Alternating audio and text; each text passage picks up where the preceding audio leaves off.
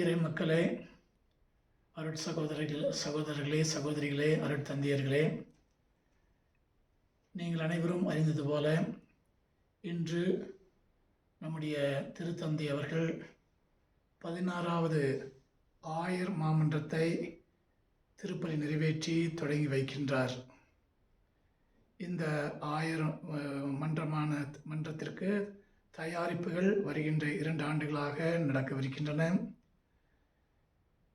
எனவே நாம் அனைவரும் ஒன்று சேர்ந்து இந்த தயாரிப்பிலே ஈடுபடுவோம். நமது மறை மாவட்டத்திலே வருகின்ற 21ஆம் தேதி நமது பேராலயத்தில் மாலை 5:30 மணிக்கு திருப்பலியோடு மாமன்றத்தினுடைய தயாரிப்புகளை தொடங்கவிருக்கின்றோம். இதை நம்முடைய பங்கு மக்களுக்கு அறிவித்து இதில் நாம் முழுமையாக ஈடுபட்டு நம்முடைய சிந்தனை மற்றும் நம்முடைய கருத்துக்களை வாரி வழங்கி மாமன்றம் ஒரு மறுமலர்ச்சியை திருவையிலே மறுமலர்ச்சி உண்டாக்கின்ற திருவையாக மாறுவதற்கு நாம் முயற்சி எடுப்போம். ஆண்டவர் உங்களோடு இருப்பாராக. அல்லாஹ் இறைவன் தந்தை, மகன், தூய ஆவியின் ஆசீர்வாதத்தை இன்று பாதுகாத்து வழிநடத்துவாராக. ஆமென்.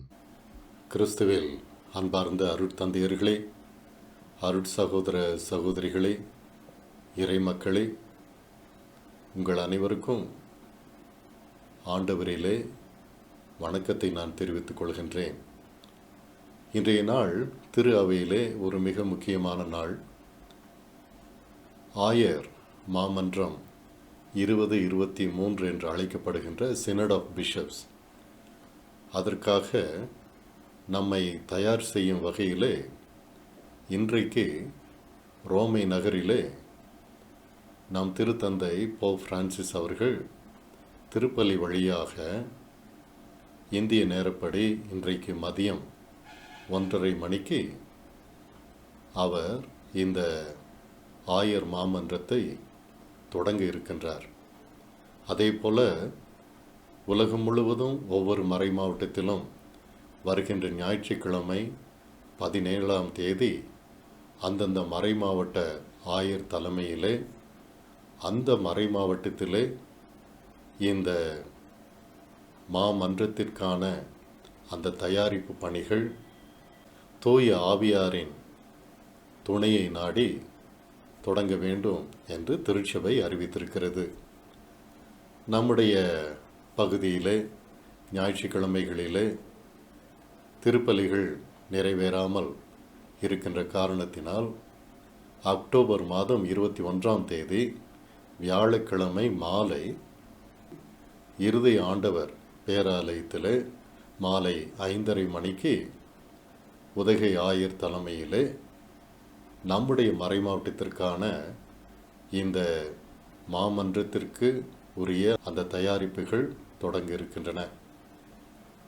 அதிலே இந்த தயாரிப்பு காலம் என்கின்ற இந்த 2 ஆண்டுகளாக தூய ஆவியாரை நாம் பக்தியோடு ஜெபித்து அவர் நம் ஒவ்வொருவருக்கும் வழிகாட்ட வேண்டும், துணை இருக்க வேண்டும் என்கின்ற விதத்திலே ஜெபமானது அன்று சொல்லப்படும். அந்த ஜெப அட்டைகளானது அச்சிடப்பட இருக்கின்றன.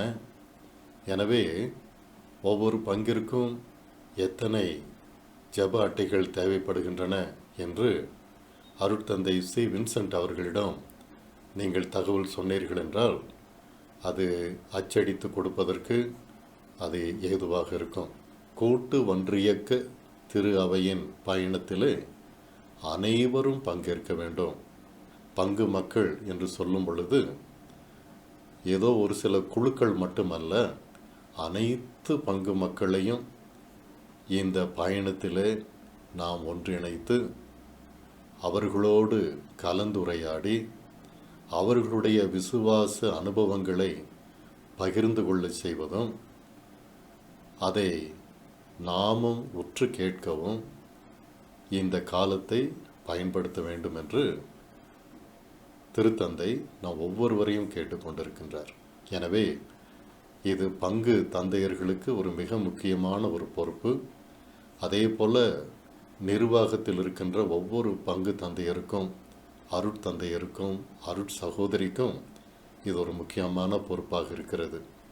அவரவர்கள் பங்கு தந்தையர்கள் அவர்களுடைய பங்கில் இருக்கின்ற அருட்சகோதரர்கள், சகோதரிகள், பங்கு மக்கள், பெரியவர்கள், இளைஞர்கள், குழந்தைகள், இன்னும் பல்வேறு பணி செய்கின்றவர்கள், ஏழை மக்கள் என்றெல்லாம் அனைத்து தரப்பினரையும் ஒன்றிணைத்து சந்தித்து அவர்களுடைய விசுவாச பயணத்தை பகிர்ந்து கொள்ள செய்து அதை நாம் கேட்டு நாம் நல்ல ஆயர்களாக எப்படி பணிபுரிய முடியும் என்பதை தேர்ந்து தெளிய வேண்டும். இதற்கு தூய ஆவியார் நமக்கு துணை நிற்க வேண்டும் என்றுதான் திருத்தந்தை போப் பிரான்சிஸ் அவர்கள் நம்மை பார்த்து கேட்டுக்கொண்டிருக்கின்றார். எனவே நாம் மக்களிடம் கேட்கின்ற அந்த அனுபவ பகிர்வுகளினால் நமக்கும் நம்முடைய மேய்ப்பு பணியிலே ஒரு தெளிவு கிடைக்கும். இந்த பகிர்வை மறைமாவட்ட அளவிலே ஆயரோடு நாம் பிற்பாடு பகிர்ந்து கொள்ள இருக்கின்றோம். அதே போல அருட்சகோதரர்கள், சகோதரிகள் சிஆர்ஐ இயக்கத்தின் வழியாக அவர்கள் முதலிலே அந்த அனுபவ பகிர்வை பெற்று அவர்களும் ஆயருக்கு இந்த பகிர்வை அவர்கள் தெரிவிப்பார்கள். எனவே ஆயருக்கும் நம்முடைய மறைமாவட்டத்தின் அனைத்து மக்களுடைய அந்த அனுபவ பகிர்வை அவர் உணர்ந்து அவர் நமக்கு சிறந்த வழிகாட்டியாக இருக்க இந்த முயற்சிகள் பயனளிக்கும். அதே போல உலகத்தில் உள்ள அனைத்து ஆயர்களும் இந்த மாமன்றத்திற்கு தங்களுடைய அந்த அனுபவ பகிர்வை, தம் மக்களுடைய அனுபவ பகிர்வை, தம் குருக்களுடைய அனுபவ பகிர்வை, தம் துறவரத்தாருடைய அந்த அனுபவ பகிர்வை அவர்கள் அங்கே தெரிவிப்பார்கள். அதை திருத்தந்தை பெற்றுக்கொண்டு உலக திருச்சபையை இந்த 21வது நூற்றாண்டிலே வழிநடத்துவதற்கு அவருக்கு இந்த அனுபவ பகிர்வுகள் பேருதவியாக இருக்கும் என்பது திருத்தந்தையினுடைய விருப்பம், அவருடைய நம்பிக்கை. எனவே அன்பார்ந்தவர்களே, இதே போல் இந்த யூடியூப் வழியாக மறைமாவட்டத்தின் சார்பாக அவ்வப்பொழுது பல கருத்துக்களை, பல உரையாடல்களை நாங்கள் தொகுத்து வழங்குகின்றோம். அதே போல் உங்களுடைய கருத்துக்களை எங்களுக்கு தெரிவியுங்கள்.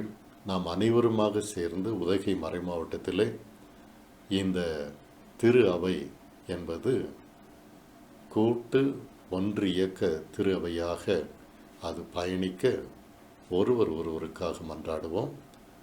God bless you. தூய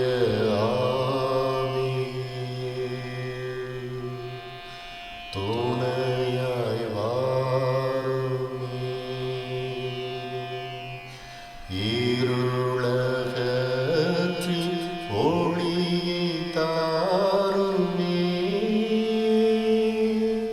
எம்மில் தங்குமே.